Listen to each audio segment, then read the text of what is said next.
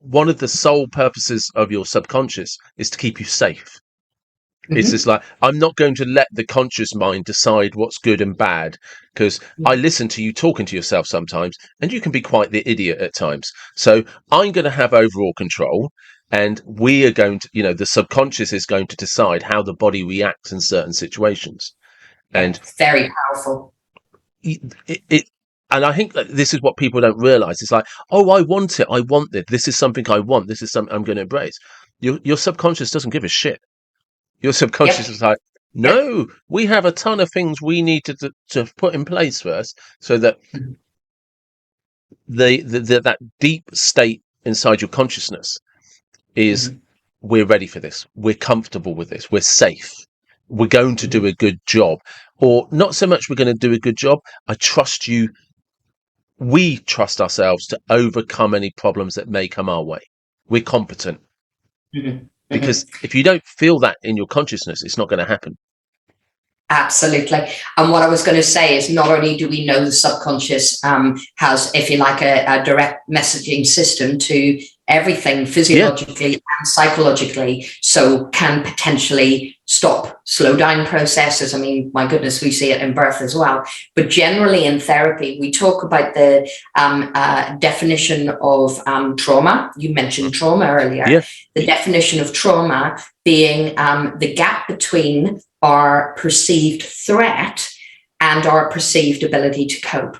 Now, the word perceived is really important when we talk about the subconscious, because the subconscious might be stopping you going up and petting that lovely cuddly lion that's escaped from Longleat, but which would be good. It is protecting you, as you say.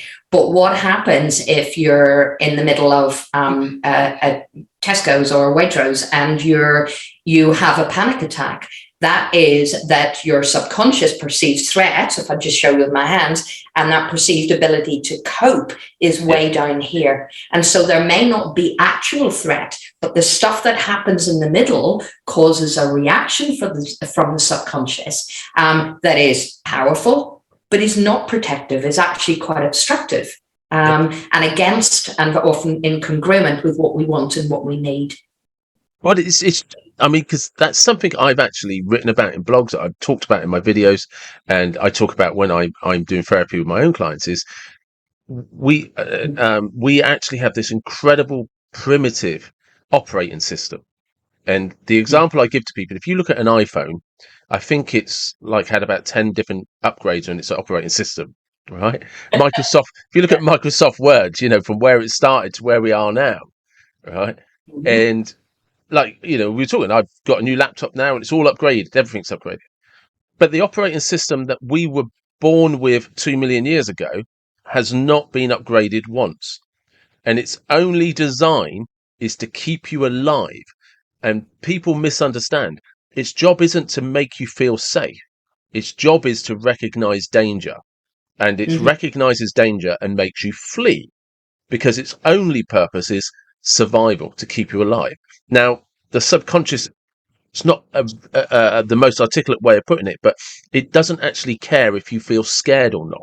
What it cares about is you reacting to fear. Yes. It's like, I need you to be scared, so you will run.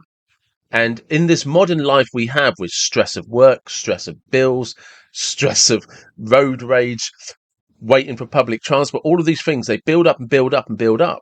And your operating system is just like, I can't cope with this anymore. I've had enough. And that's why you get a panic attack when you're trying to buy milk in Tesco's. Because the subconscious is just like, I've had enough. We need to chill, get rid of this shit. And, and it's a real shame, because people don't realize how deeply the subconscious affects us, and that actually because people do, and this is something I discovered in my 30s after like some some traumatic personal experiences. I started getting panic attacks. I was like, why am I? And I remember having one at a friend's barbecue, and I was just like, luckily there was a part of me that was quite survivalistic, and I was just sat there like, why am I having a panic attack at my friend's barbecue? I never want to hear. And I was just like, and the reason I was able to do that is I did a lot of acid in the 90s, so I learned to control that side of me. Right? It's just like, hang on a second, this And that, it's just like, right, so breathe deeply. What's going on? But I was drinking beer on a summer afternoon in a friend's garden, having a barbecue with friends. I knew Yeah. everybody there. We were close. There was no reason whatsoever to justify a panic attack. And it's possible, it's not something I know enough about, that being so relaxed is what caused the panic attack. Well, so what's really interesting, to pick up, if I may, from your example, when the operating system kind of gets it wrong, thinking it's got it right, i.e., telling you to fight or flight from that barbecue, for example. Yeah. So those are kind of because of your experiences from the past, whatever they may be, that it's decided that that's part of the learning. The real beauty and why hypnotherapy can be such a great tool for psychotherapy, no matter what area, whether it's birthing, whatever that you actually use this in, is that it is your neocortex at that point, your logical and rational part of you, that is saying, I'm in a friend's garden, I know everyone, everything's great, I'm drinking beer, I'm relaxed, what's the problem? But it is your amygdala, which is the operating system that hasn't been updated, part of what we call your limbic system, or your emotional brain. That is the thing that gets the signals slightly, we're talking about milliseconds, microseconds, not sure how to put it, but very, very fleetingly gets the messages of the environment, what's happening.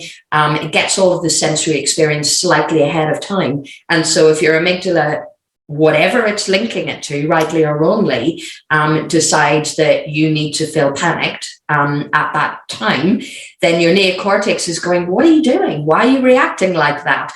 But your amygdala has already got you to react in fight or flight with that panic. Now, the beauty here is that we call it the critical factor, where the amygdala says, there is a threat, and remember, that could be perceived threat in front of you. You do not have time to think what you know about this scenario. We need to react now. This is a survival thing. Yeah. It's what we call the critical factor. And so it essentially shuts off the involvement of the neocortex, the logical, rational part of you.